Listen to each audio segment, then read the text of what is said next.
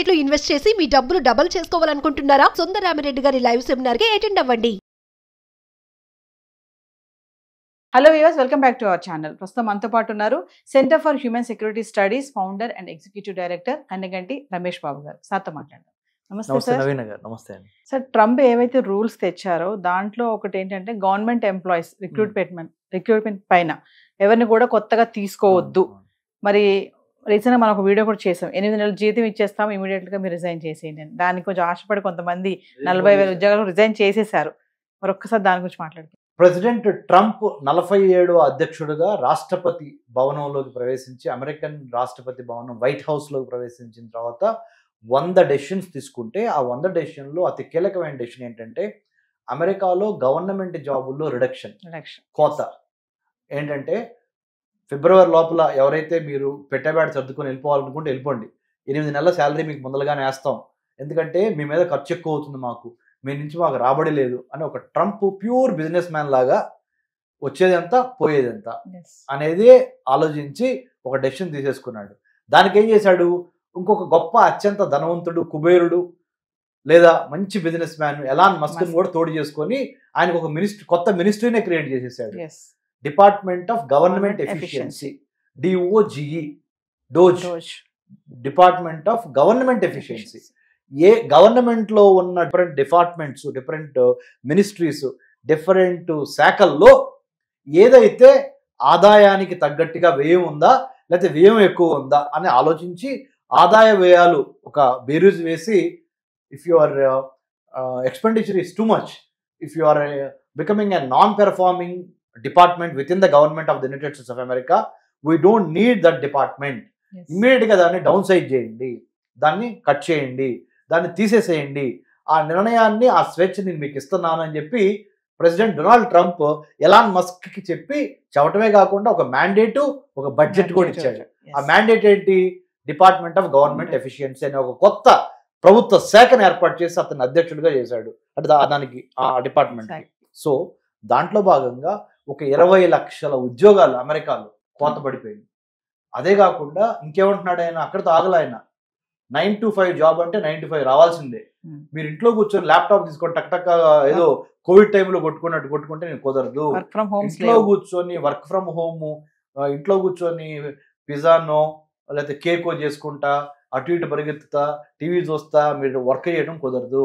చచ్చినట్టు ఒళ్ళు దగ్గర పెట్టుకొని బాధ్యత భయము రెండిటితో గవర్నమెంట్ ఆఫీస్కి రావాలి, అది పంక్చువల్ గా రావాలి, అది ఐరిస్ కానీ లేకపోతే తమ్ము ఇంప్రెషన్ కానీ పడాలి, 9కి రావాలి, 5కి వెళ్ళాలి, ఎంత పని చేస్తున్నారు అనే దాని మీద మేము మిమ్మల్ని వాచ్ చేస్తున్నాము అని ప్రెసిడెంట్ డొనాల్డ్ ట్రంప్ ఇచ్చిన అల్టిమేటంతో అమెరికా కుదుపు. అమెరికాలో ఒక ట్రెమర్ అంటే కుదుపులు అనమాట. ఎర్త్క్వేక్ వచ్చినప్పుడు ట్రెమర్ ఎట్లా వచ్చిందో అందరు జనం ఉలిక్కి పడ్డారు, అరే బాబు ఇక్కడి నుంచి చాలా జాగ్రత్తగా ఉండాలి మనం, ఇతనితో మనవాడు ఏం చేసినా చేస్తాడు, మనవాడు ద మోస్ట్ అన్ప్రెడిక్టబుల్ కదా, గేమ్ చేంజింగ్ డెసిషన్ తీసుకున్నాడు కదా అని చెప్పాడు నవీన గారు. So your right, 20 lakhs job కి సీజ్ అయిపోయింది. ఇంకా రానున్న రోజుల్లో కూడా చాలా డిపార్ట్మెంట్స్ లో కూడా ఎన్నో రకాల డిపార్ట్మెంట్లు ఉన్నాయి అమెరికన్ గవర్నమెంట్ లో. Education department, health department, water department, transportation department, finance department, security department, immigration department, n number of different departments are there. ఆ డిఫరెంట్ డిపార్ట్మెంట్స్ లో నాన్ పెర్ఫార్మింగ్ డిపార్ట్మెంట్స్ ని ఐడెంటిఫై చేసి డౌన్ సైజ్ చేసి అవసరమైతే part time తీసుకొచ్చి లేదా arrears bonus లాగా ఇచ్చేసేసి thank you bye bye employees అని ఒక పింక్ స్లిప్, అంటే పింక్ స్లిప్ ఇవ్వటం అంటే అర్థం ఏంటి, bye thank you we don't need you అనే ఒక దిశగా అమెరికా కూడా వెళ్తాము. దట్టు గవర్నమెంట్ జాబ్స్, అన్ని గవర్నమెంట్ జాబ్స్ ఇండియాలో తీసేశారు అనుకోండి, ఇండియాలో పెద్ద విప్లవం వచ్చేసింది. మరి అమెరికాలో విప్లవం వచ్చిందా రాలేదు చూడాలి. ఇంకా అమెరికా అంటే చలిదేశం కదా, కొద్దిగా విప్లవం త్వరగా రాదేమో. కానీ we'll have to wait and see. What I'm trying to say is every new president will bring his own personality or her own personality to the chair that they occupy, and they have a mindset, they have a kind of a data set. ఆ data sets బట్టి mind set నిర్ణయాలు తీసుకొని ఆ నిర్ణయాలు అమలు చేయడానికి they will be very very excited to do, and President Trump is no exception to that. Given the post COVID-19 2019 corona తర్వాత America కూడా ఆర్థికంగా చాలా దెబ్బతింది. America has got a beating. because of the corona. Chinese orchestrated venomous imperial Yeah. design in 2019. COVID-19. COVID, COVID-19. Chinese orchestrated venomous imperial design in 2019 is COVID, COVID-19. I have defined that way because I wanted to understand the Chinese government's tactics and designing strategies to occupy 5 spaces: the manufacturing space of the globe, the political space of the globe, the maritime space of the globe, the cyber space of the globe, the service sector industry space of the globe. ప్రపంచంలో ఉన్న తయారీ ఉత్పత్తి కర్మాగారాలు, అంతర్జాలము, సముద్రాలు, ఆకాశము, space, రాజకీయ space అన్నిటినీ occupy చేసుకొని ఎన్లార్జ్మెంట్, ఎంట్రాప్మెంట్, ఎన్సర్కిల్మెంట్ అనే 3 విధానాల ద్వారా చైనా ప్రపంచాన్ని తన గుప్పిట్లోకి అంటే తన ఇలా ఎంబ్రేస్ చేసుకోవటానికి చేస్తున్న ఒక ప్రయత్నంలో భాగంగా అమెరికా కూడా బాగా దెబ్బతింది. సో అమెరికా ఆ దెబ్బతిన్న తర్వాత COVID-19లో 19, 20, 21 వరకు ఇప్పుడు అమెరికా పరిస్థితి ఎట్లా ఉందంటే $800 బిలియన్ పైన చైనా యొక్క బాండ్స్ అమెరికాలో ఇన్వెస్ట్ అయి ఉన్నాయి. ఒక్కసారి చైనా తన ఇన్వెస్ట్మెంట్ని కనుక తీసేసుకుందానికి వెనక్కి అమెరికన్ ఎకానమీ డౌన్, ఆ ప్రమాదం కూడా ఉంది. సో అందుకనే Trump he is on his toes అంటే అర్థం ఏంటంటే ఇంగ్లీష్లో ఏమని చెప్పాము, President Trump is on his toes అంటే అర్థం ఏంటంటే అత్యవసర పరిస్థితి, ఎమర్జెన్సీలో ఉంది American economy. I have to fight back and secure my internal American government politics economy.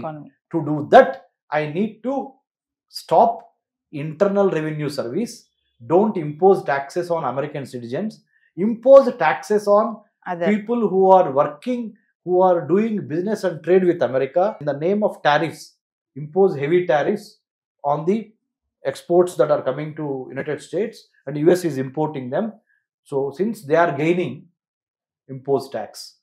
ఆ ట్యాక్స్ డబ్బులతో ఎక్స్టర్నల్ రెవెన్యూ సర్వీస్ క్రియేట్ చేసి అమెరికాతో వ్యాపారం చేస్తున్న దేశాలు ఏవైతే ఉన్నాయో ఆ దేశాల నుంచి టారిఫ్స్ని వసూలు చేసి ఆ డబ్బులతో అమెరికా వాళ్ళని ఇచ్చేద్దాం, ఆ డబ్బులతో అమెరికన్ గవర్నమెంట్కి హెల్ప్ చేద్దాం అనేది చేస్తుంది.